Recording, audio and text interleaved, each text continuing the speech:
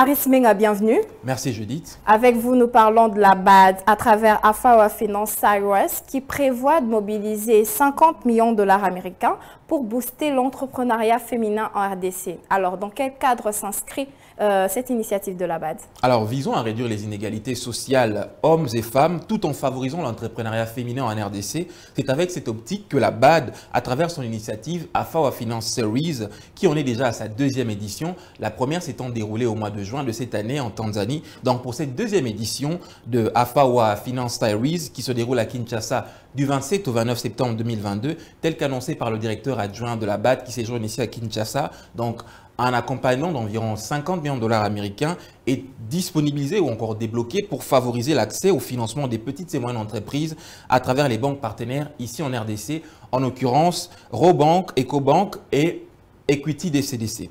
Alors, saluons la participation des plusieurs acteurs clés de la politique de réglementation ou encore des institutions financières et même des femmes propriétaires des petites et moyennes entreprises en RDC présents à ces assises. Le directeur général adjoint de la BAD s'est réjoui de l'importance que les autorités congolaises accordent à cette problématique majeure qu'est l'inclusion économique et sociale de manière générale et de manière plus particulière celle des femmes qui constituent un facteur clé de la transformation de la croissance économique d'un pays.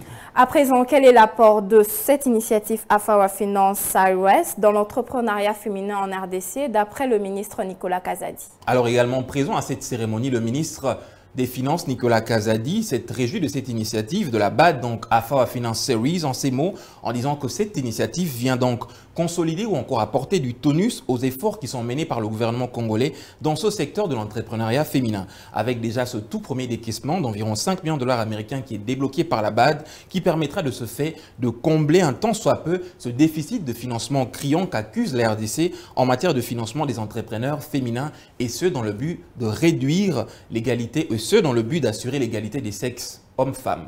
Voilà la RDC qui finalise l'élaboration de la stratégie nationale d'inclusion financière. Alors, quels sont les axes sur lesquels porteront cette nouvelle stratégie? La RDC étant très résolument engagée à accélérer l'inclusion financière à travers de nouvelles stratégies où à ce jour le gouvernement est déjà en train d'élaborer cette stratégie nationale d'inclusion financière qui sera finalisée d'ici le mois de juin de l'année 2023. Alors ambitieuse, claire, cette nouvelle stratégie portera essentiellement sur 6 grands axes stratégiques, à savoir l'accès aux services économiques financiers, deuxièmement, davantage de crédits pour les ménages et les petites et moyennes entreprises, troisièmement, l'utilisation accrue de l'argent mobile et d'autres services relevant de la FinTech, quatrièmement, l'éducation et la promotion des consommateurs, cinquièmement, les infrastructures ou encore les institutions appropriées disponibles, sixièmement, pour terminer, plus d'assurance aux particuliers et aux entreprises. Merci à vous, Aris Menga, pour ce dossier. C'était un plaisir de vous avoir reçu. Merci, Judith.